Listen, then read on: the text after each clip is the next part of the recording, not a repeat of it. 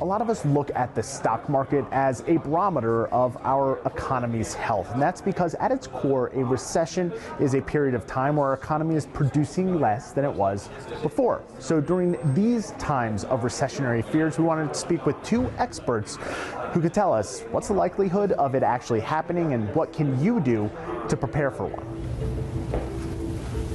For this story, we spoke with Lynn Dunstan and Joe Gladstone. Lynn is a certified financial planner, and Joe is a professor of marketing who studies how humans interact with money. How often does the word recession come up between you and your clients? Every day. It is that often? Every day, yeah. We've been talking about it nonstop. Much of the country might be able to relate. In October, economists surveyed in a quarterly Wall Street Journal poll estimated there is a 63% chance of a recession in 2023. By definition, a recession is 2 successive quarters of falling gross domestic product, or GDP, where our economy is producing less than it was before. Less production means less need, which means more layoffs. The answer on how to plan for one might seem obvious. Save more, spend less, but that takes time. So what can you do right now? For one, Lynn suggests looking at your retirement. We all know it's important to save for retirement, but if times are hard, you may have to cut back on that 401k contribution a little bit. If you don't have enough cash to meet your bills or you don't have enough in a rainy day fund, we always recommend that you have a secure foundation first. The uncertainty can be scary.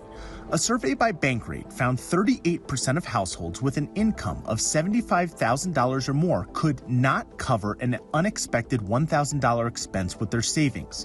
In households making less than $30,000, 78% said they could not. It's why Joe says maintaining perspective, even if it doesn't pay the bills, is important as it can help reduce anxiety, a major component of recessions. People's minds are drawn to the scarce thing. And so you have this interesting phenomenon where, like, during a recession, a time that money is tightest, people are thinking about the thing they don't have the most. We just have to kind of recognize that this is something that's going to pass. This recession differs from others in that it's manufactured in a sense. In 2008, the recession was fueled by the housing market, an inherent flaw in the economy at the time.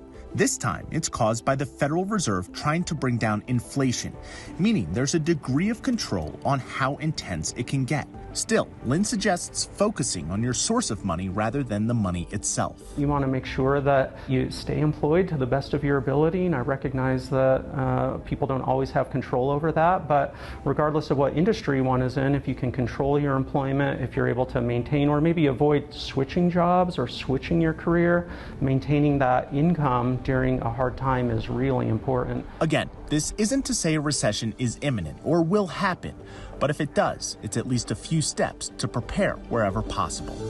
Dan Grossman, Scripps News, Denver.